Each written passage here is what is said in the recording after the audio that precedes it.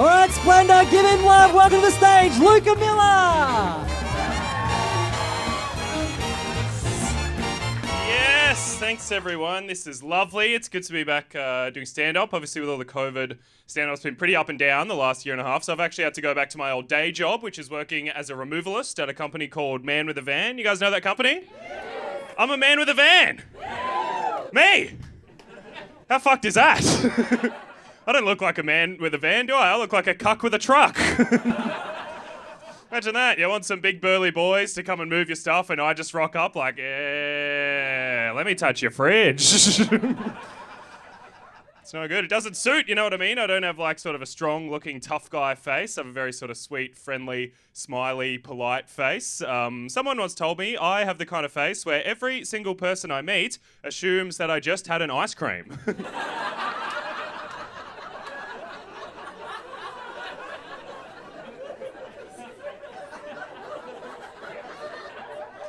The longer the laugh, the deeper the hurt. What is this? It is probably the only joke you'll see tonight where the setup is the comedian saying something and the punchline is you just fucking looking at him.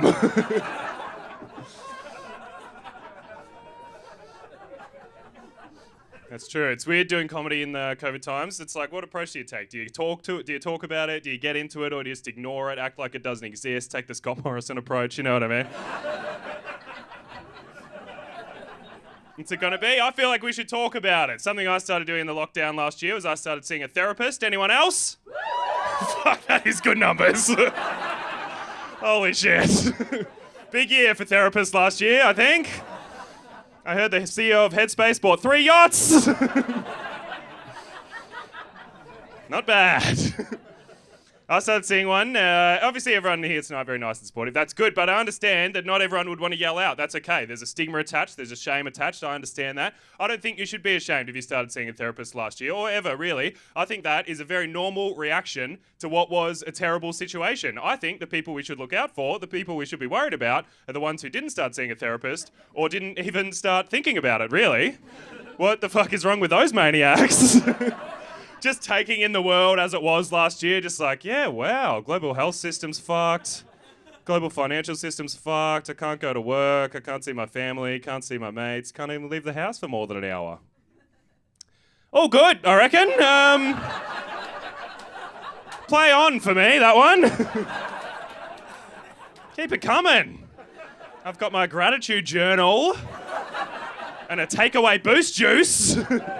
So get your negative energy and fuck off, all right? It's insane. They're out of their minds.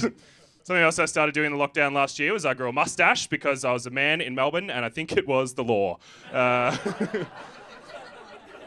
I gave it a crack. The way I thought of it was this is just a good opportunity to sort of try it out without anyone seeing the sort of awkward in-between half mustache phase, you know what I mean? That's all I thought about it. And so I already had it when I started seeing the therapist, right? And we were doing these Zoom calls every week. And when it was bad and hard, we were doing it every single week. And then as stuff opened up and I was feeling a bit more okay, we had a bit more time in between our sessions, right? And so we had a session middle of November and then we scheduled in another one for a full month later, middle of December. And at some point in that month, I shaved the mustache. And I thought nothing about it. I was like, it's gone, experiment over, whatever, who cares, it's gone. And then I called him middle of December and the first thing he sees is my clean-shaven face on Zoom and he goes, oh, I see you've made a lot of progress.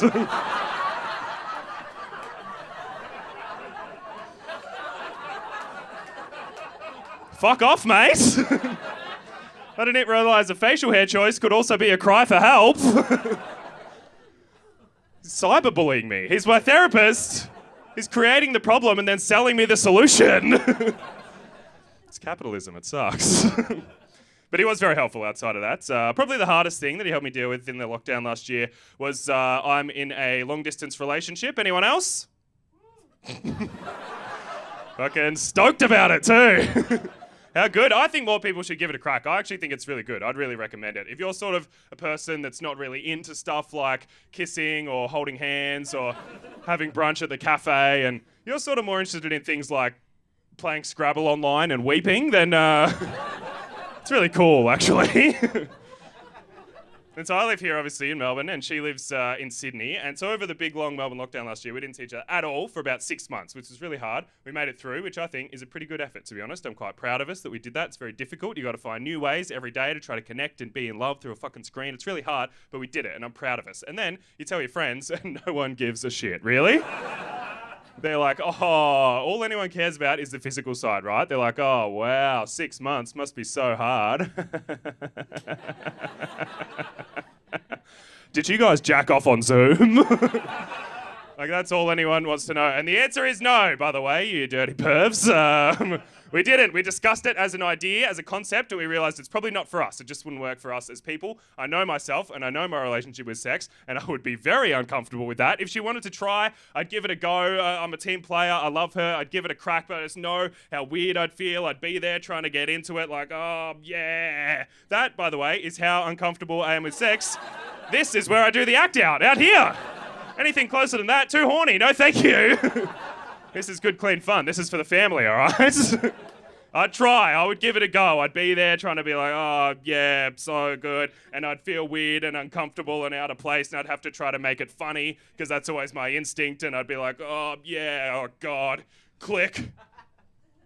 Look at me. I'm jacking off on the moon.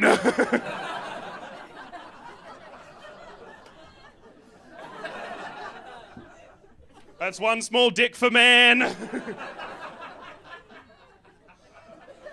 Absolutely not. Very uncomfortable with sex, that is true about me. Very uncomfortable with it. Don't really value it. Don't even really like it, to be honest. You guys like it? Give us a cheer if you like to root. You are a horny bunch of freaks. Now, good on you. I don't want to shame you. Good on you. Go nuts. I know that I'm very much in the minority. I know that I'm sort of the odd one out here, and I know that it's not at all a relatable piece of comedy. Not in the least. I think generally you want to come and see yourself reflected on stage and be connected with like that. This is not that. Sorry. And so what I am is asexual, right? I don't know if you've heard of that. It's totally fine if you haven't. I hadn't heard of it until a couple of years ago, but it just means I don't enjoy sex. I don't really find myself attracted to anyone. This is very hard to admit, but you guys seem lovely and giving. So at least half the times in my life that I have had sex, I have faked an orgasm. That's true. There's a lot of women nodding and a lot of confused men. That's okay. That is hard to admit, and it's hard to talk about, and it's hard to do, if I'm honest, actually. When you're a man, I think it's probably one of the few things in the world that is genuinely more difficult if you are a man. I think most of the time we have a pretty good run of things, us boys. I think it's been a pretty good few thousand years, to be honest. But faking an orgasm, way harder when you're a man. You got to have a whole setup, right? I've got my little setup. I've got a little bedside table, and in there I keep a little water pistol full of shampoo, and I get that out. I need you to know that's a joke, please. That is not for real. But yeah, it's totally fine if you don't know what asexual is or whatever. I didn't know until a couple of years ago, and I was telling a friend, I was like, I don't like to rude, and I don't really find anyone that hot. Am I broken? Am I wrong? What's going on? And they said, no, I think you're just asexual. And so I looked into it, and I think I'm asexual.